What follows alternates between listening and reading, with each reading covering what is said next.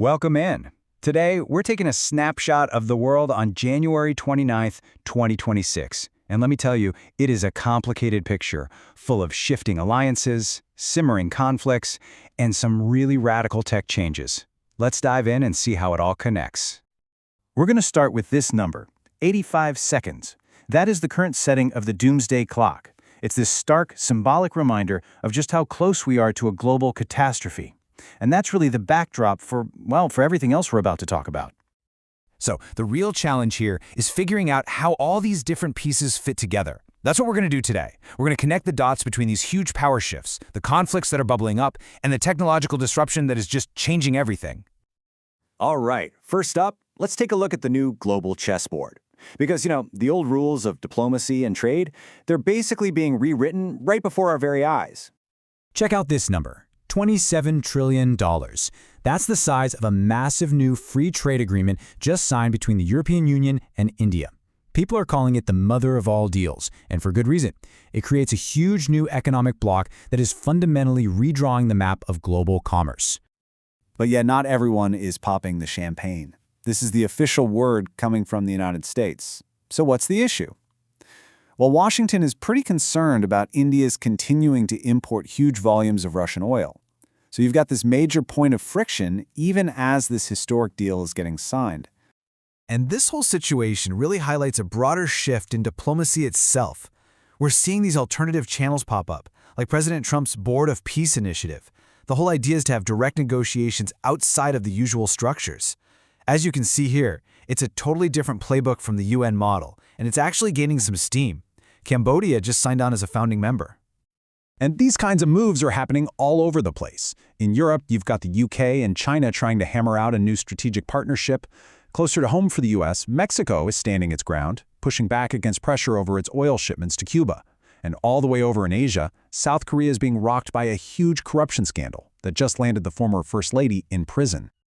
Seeing that kind of political instability in a key U.S. ally is a good reminder that as this diplomatic chessboard shifts, the old tensions, they don't just go away. A lot of times, they get even worse.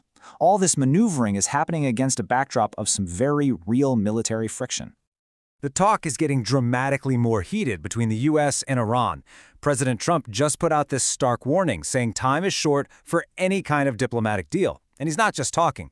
He's backing it up by sending a massive naval armada to the region. And Iran's response? It's been every bit as defiant. This statement from a top military official basically signals they are ready for a fight. It's a classic standoff, right?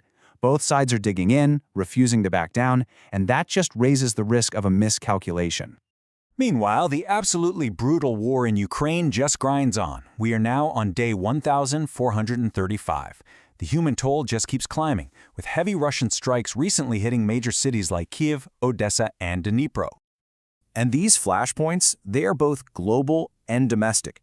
In Syria, leader Ahmed al-Shara is meeting with Vladimir Putin to talk about setting up permanent Russian military bases, a move that could totally reshape the Middle East.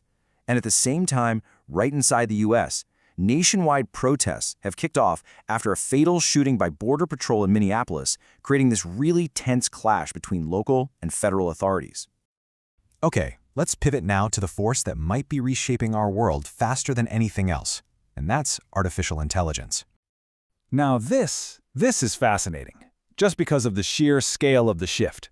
Elon Musk just announced that Tesla is completely stopping production of its flagship cars, the Model S and Model X. So why would they do that? To go all in on robotics and autonomous AI. This comes right after the company reported its first ever annual drop in revenue, so this is a massive, massive bet on a whole new future. But this pivot to new technology, it has a very real human cost. Amazon just announced its second mass layoff in only 3 months, cutting thousands more jobs. And they're being very clear about why. They say it's to free up resources for a huge investment in generative AI. Amidst all this disruption, not to mention the domestic unrest we just talked about, we're seeing some tech leaders step into the political conversation. In a statement that's pretty rare for him, Apple's Tim Cook made this call for national de-escalation, essentially positioning one of the world's most powerful companies as a voice for stability. And finally, let's touch on some of the immediate human crises and tragedies that are making headlines around the world today. So, there's a new public health threat emerging. An outbreak of the dangerous Nipah virus has been reported in India, and that's kicking off intensified health screenings at airports all across Southeast Asia. Popular tourist spots like Bali and Bangkok are now on high alert. And from a widespread health scare to just a sudden, awful tragedy in South America. A plane carrying 15 people, including a prominent lawmaker, has crashed in a remote area near the Colombia-Venezuela border. Authorities have confirmed there are no survivors, and the dense terrain and bad weather are making recovery efforts incredibly difficult. So if we bring it all together, there are really three core tensions defining our world right now. You've got these new economic and diplomatic power blocks that are challenging the old order. You have the threat of war, both old conflicts and new standoffs that feels ever present. And then, underneath it all, you have AI, which is just disrupting our jobs and our lives at a breathtaking speed. Which kind of leaves us with this one big question. As all these forces collide and speed up, which of these stories, or hey, maybe it's one we haven't even seen yet, is going to be the one that really defines what happens next? Something to think about. Thanks for tuning in.